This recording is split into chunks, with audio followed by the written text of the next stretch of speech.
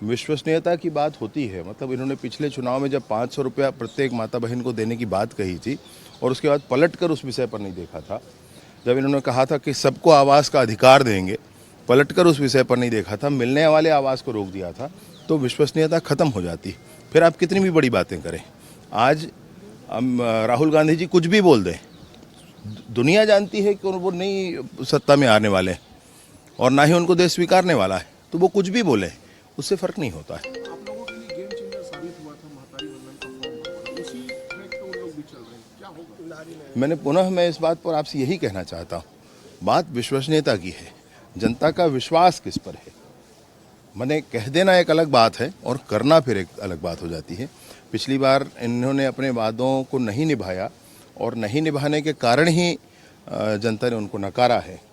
फिर से अगर 6 महीना ही नहीं बीता है और वो फिर कुछ बातें करना शुरू करेंगे तो कैसे स्वीकारा जाएगा उस बात को।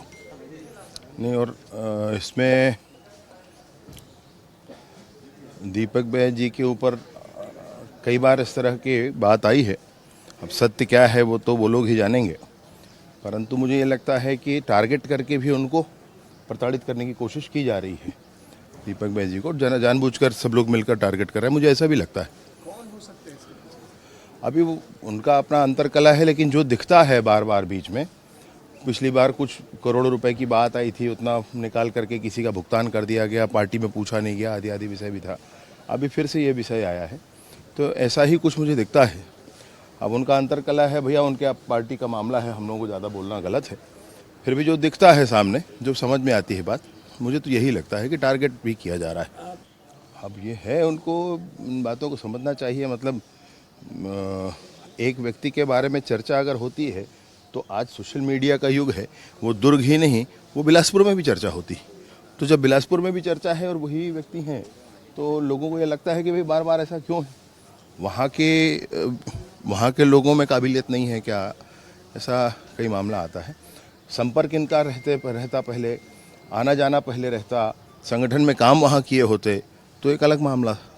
कल ही बस्तर में गया था और उसमें सब तरह के सभी राजनीतिक पार्टी, जो भी राष्ट्रीय स्तर की राजनीतिक पार्टियां हैं जिनकी जीत की पूरी संभावना होती, चाहे वो कम्युनिस्ट पार्टी हो, कांग्रेस हो, भाजपा हो, बसपा हो, सभी ने बस्तर में फॉर्म भरा हुआ है। स्क्रूटनी फाइनल हो जाता है, नाम डिक्लेरेशन हो जाता है, नाम वापसी का समय खत्म हो जाएगा, सबको समान रूप से सीआरपीएफ वगैरह की सुरक्षा दी जाएगी, सबको सुरक्षा दी जाएगी। सुरक्षा के मामले में किसी भी राजनीतिक पार्टी, किसी से भी कोई दुराभेद नहीं होगा।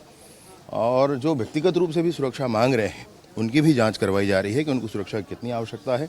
और जिसको भी आवश्यकता है, फिर से मैं कहूँ, बिना किसी मतलब आपको ध्यान होगा, कर्मा परिवार को सर्वाधिक सुरक्षा है, जितना पूर्व मुख्यमंत्रियों को नहीं है उससे अधिक कर्मा परिवार को सुरक्षा है। तो इस सुरक्षा के मामले में कहीं कोई ये नहीं है।